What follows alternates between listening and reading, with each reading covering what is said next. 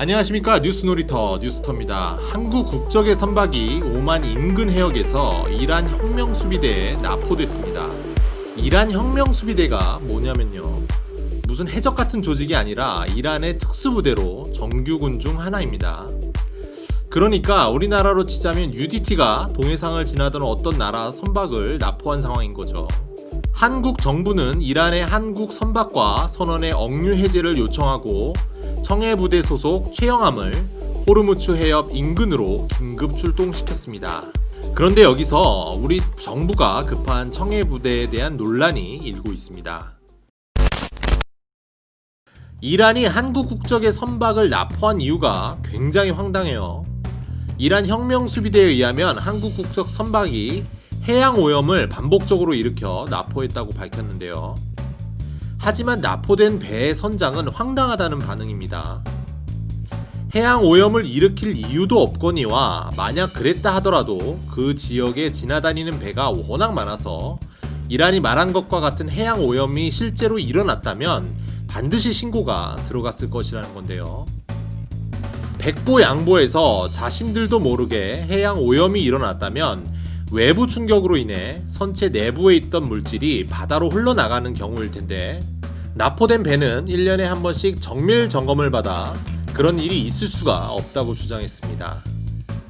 뭔가 별 이유 없이 그냥 한국 선박이란 이유로 납포된 것 같은 느낌을 지울 수가 없는데요. 외신들도 미국에 대한 불만을 한국에 화풀이한 것이라는 분석 기사를 내놓고 있습니다. 거기에 우리 정부가 급한 청해부대에 대한 논란도 일고 있는데요. 왜 그러냐면 청해부대의 창설 목적 자체가 테러리스트나 해적들로부터 자국 선박을 보호하기 위해서이기 때문입니다. 청해부대의 활약은 세계적으로 인정받았죠. 2011년 아덴만 여명 작전부터 텐지노 선원 구출 작전 등 수많은 작전들을 성공적으로 수행한 용맹한 부대입니다. 하지만 이번 경우는 사안이 조금 다르죠. 앞서 말씀드린 것처럼 이란 혁명수비대는 이란의 정규군입니다. 해적이나 테러리스트가 아닌 국가 대 국가의 문제라는 거죠. 또한 정말 만에 하나 이란과 교전 상황이 일어나더라도 청해부대는 교전을 수행할 능력이 없습니다. 청해부대는 구축함과 고속정 3척 그리고 특수부대 300명 정도로 구성된 부대입니다. 미국과도 과감하게 전쟁을 벌이는 이란 정규군을 상대로 청해부대를 보내는 것은 적절치 않은 대처라는 지적이 나오는 이유입니다. 정부는 즉각 주한 이란 대사를 불러 항의했는데요. 과연 강대국인 중국이나 일본을 상대로도 이란이 이런 일을 저지를 수 있을지 안타까울 뿐입니다.